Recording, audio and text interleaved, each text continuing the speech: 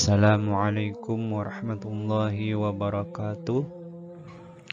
Bismillahirrahmanirrahim. Alhamdulillah rabbil alamin, wassalatu wassalamu ala asyrafil anbiya'il mursalin sayyidina wa maulana Muhammadin wa ala alihi wa sahbihi ajma'in. Rabbi shrah li sadri wa yassir li amri wahlul 'uqdatam min lisani yafqahu qawli. Alhamdulillah, kembali lagi kita dalam pembelajaran pendidikan agama Islam dan budi pekerti. Untuk pertemuan kali ini, pertemuan terakhir, Bapak akan membahas tentang semua materi dari KD pertama sampai KD yang terakhir.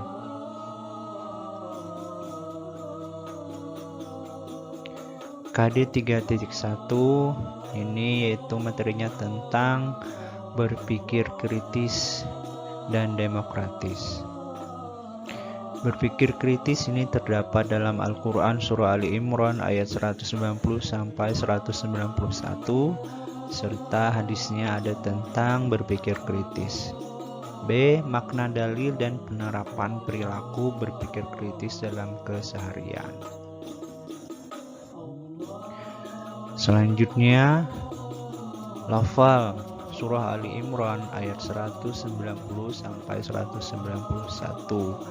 Nanti kalian perhatikan, kalian baca kembali kosakata surah Ali Imran ayat 190 sampai 191. Ini hanya contohnya, yaitu adalah ayatin, sungguh terdapat tanda, subhanaka, maha suci engkau. Kemudian lagi akan dibicarakan tentang hukum bacaan surah Ali Imran ayat 190 sampai 191. Contohnya ada hukum bacaan la ayatil liuli. Nah, hukum bacaannya ini adalah idgham bila gunnah, yaitu tanwin baris 2 di bawah bertemu dengan huruf lam. Kemudian contoh yang kedua ada batilan subhanaka. Ikhfa hakiki, ini hukum bacanya ada ikhwa. Tanwin baris 2 di atas bertemu dengan huruf sin. Berpikirlah tentang ciptaan Allah, tetapi janganlah kamu berpikir tentang zat Allah. Selanjutnya, hadis yang diriwayatkan oleh Tirmizi, orang yang cerdas ialah orang yang mampu mengintrospeksi dirinya dan suka beramal untuk kehidupannya setelah mati. Yang B, makna, dalil, dan penerapan perilaku berpikir kritis dalam keseharian. Makna dalilnya yaitu mengamati ciptaan Allah Subhanahu wa Ta'ala sebagai bukti kekuasaannya, memikirkan ciptaan Allah Subhanahu wa Ta'ala, memanfaatkan waktu dan introspeksi diri. Perilaku aktif dalam pembelajaran di kelas, mengikuti diskusi secara seksama, menganalisis ayat-ayat karunia Allah Subhanahu wa Ta'ala.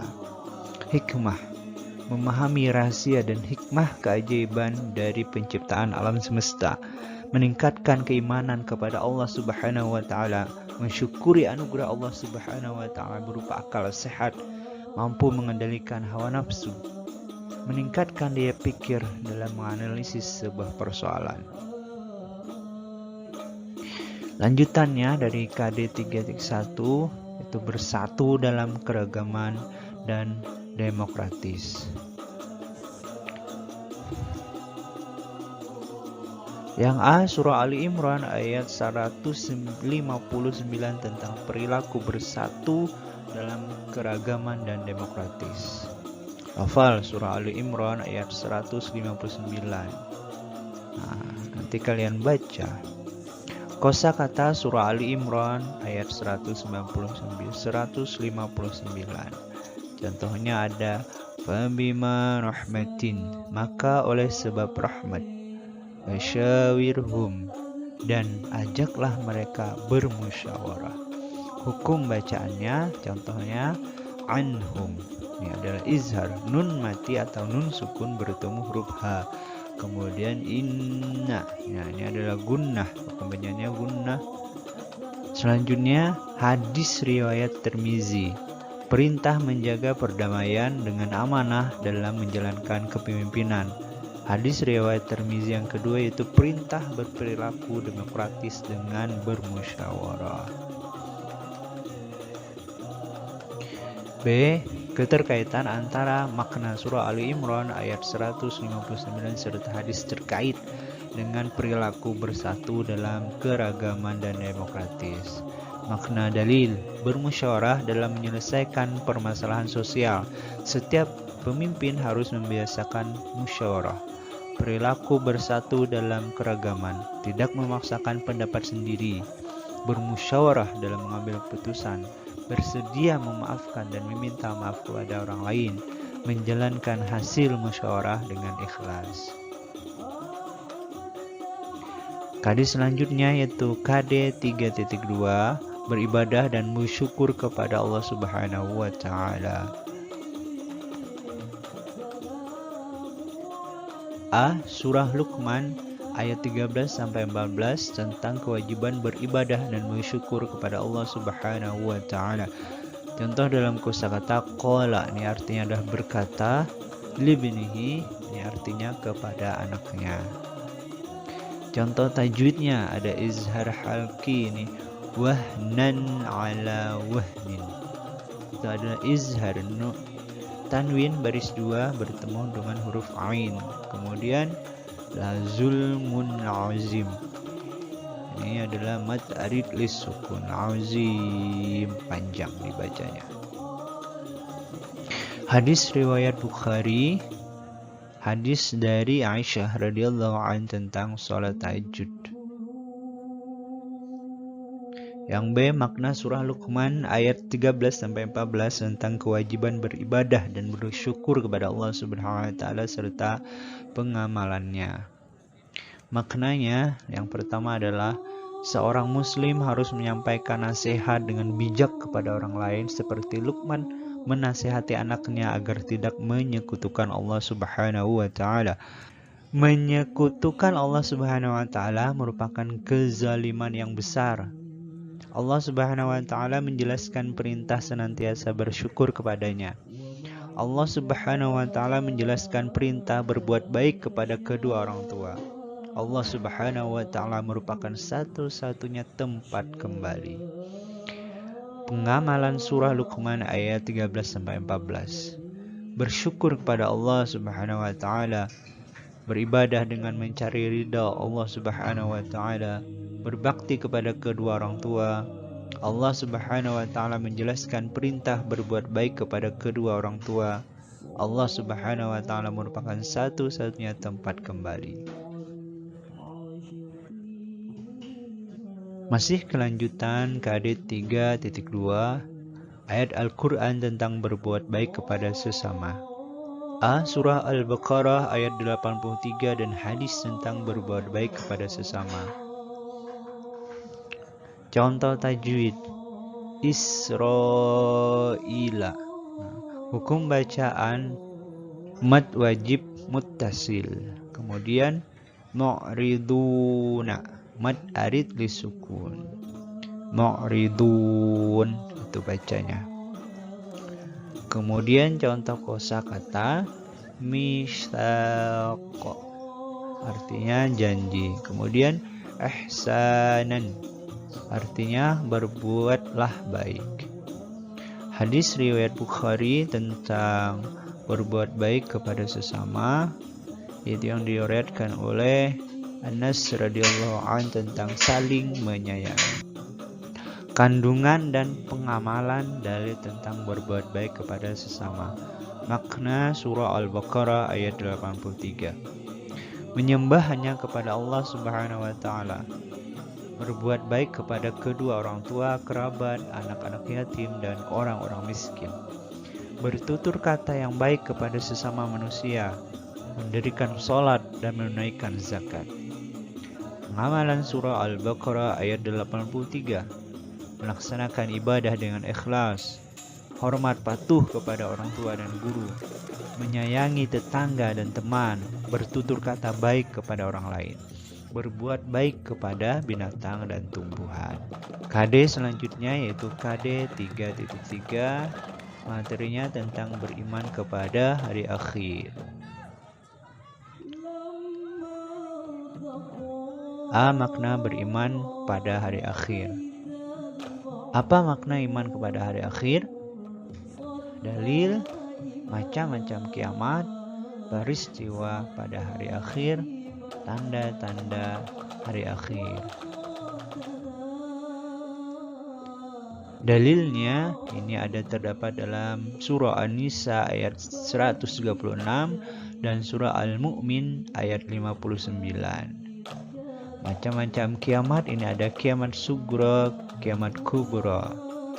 Peristiwa pada hari akhir itu adalah bumi digoncangkan dengan dahsyat, laut dan samudera meluap, benda langit bertabrakan. Kemudian tanda-tanda hari akhir ada tanda-tanda kecil dan tanda-tanda besar. Yang B. Perilaku beriman pada hari akhir dan hikmahnya. Perilaku yang pertama adalah berperilaku jujur, bertanggung jawab, adil dalam membagi waktu, beramal untuk masa depan, memilih teman yang baik. Hikmah, menumbuhkan ketaatan kepada Allah Subhanahu wa Ta'ala, menenteramkan jiwa, memotivasi diri bekerja keras, menyempurnakan keimanan. KD selanjutnya KD 3.4, yaitu materinya adalah beriman kepada qada dan qadar.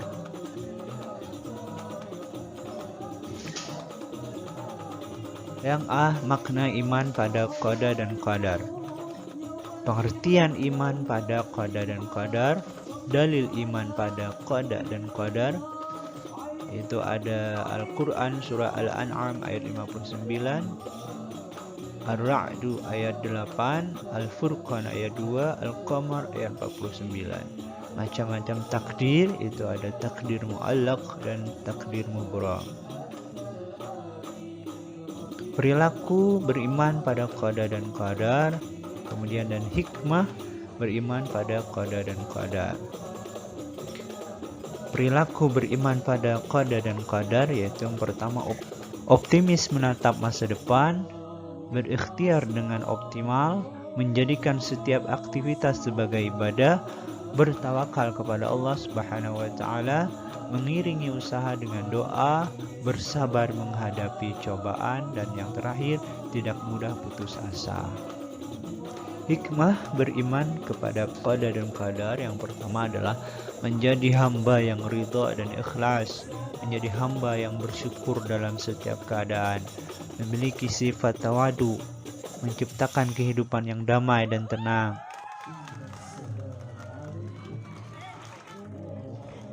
KD 3.6 yaitu perilaku kerja keras dan tanggung jawab.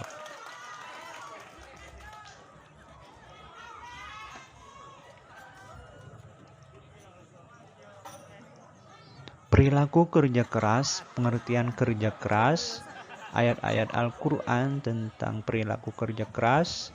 Ini terdapat dalam Al-Quran surah Ar-Ra'du ayat 11 dan Al-Insyirah ayat 7. Kemudian bagaimana berperilaku kerja keras dalam keseharian. Kemudian hikmah menerapkan perilaku kerja keras. Yang pertama memperoleh hasil sesuai usaha, menjadi teladan orang di sekitar, terhindar dari berbuat keburukan, dan terjalin hubungan baik antar warga masyarakat. Perilaku tanggung jawab, pengertian tanggung jawab, ayat Al-Quran tentang perilaku tanggung jawab, yaitu yang terdapat dalam Al-Quran surah Al-An'am ayat 164, Al-Quran surah Al-Isra ayat 36. Perilaku tanggung jawab dalam keseharian ini kepada Allah Subhanahu wa Ta'ala, kepada diri sendiri, kepada lingkungan sekitar. Hikmah menerapkan perilaku tanggung jawab. Pertama, memperoleh kepercayaan dari orang lain, menjadi banyak pahala, membentuk pribadi yang mulia, terjaga keamanan dan kenyamanan masyarakat. Kemudian korelasi perilaku kerja keras dan tanggung jawab dalam keseharian. KD selanjutnya yaitu KD 3.6. Ini materi yang terakhir di semester pertama ini adalah pernikahan dalam syariat Islam.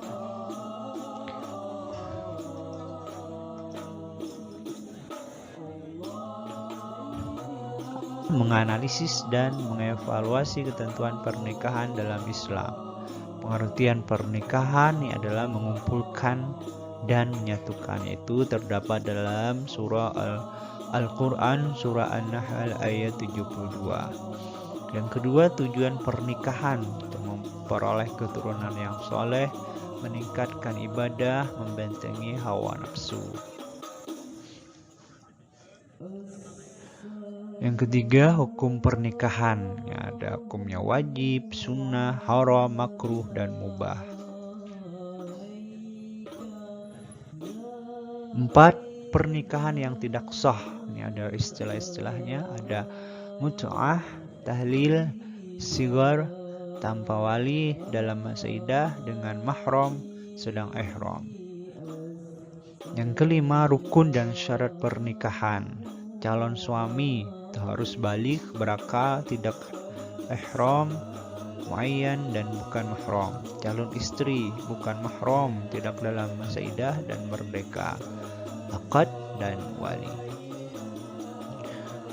Pernikahan menurut Undang-Undang Perkawinan di Indonesia yaitu adalah yang terdapat dalam Undang-Undang Perkawinan nomor 1 tahun 1974. B. Prinsip dan hikmah pernikahan dalam syariat Islam. Prinsip hak suami atas istri. Perintah harus ditaati, harta suami dijaga istri. Kemudian hak istri atas suami, memperoleh nafkah, mendapat tempat tinggal. Kemudian kewajiban istri, patuh kepada suami, mengatur rumah tangga dengan baik.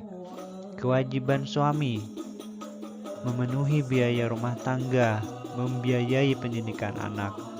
Kemudian kewajiban bersama adalah mendidik dan menjaga anak.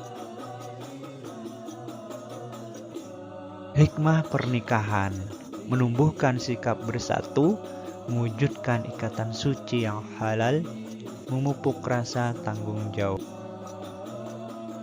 Terima kasih. Sekian materi dari KD pertama sampai KD 3.6. Semoga bermanfaat. Wabillahi taufiq wal hidayah. Wassalamualaikum warahmatullahi wabarakatuh.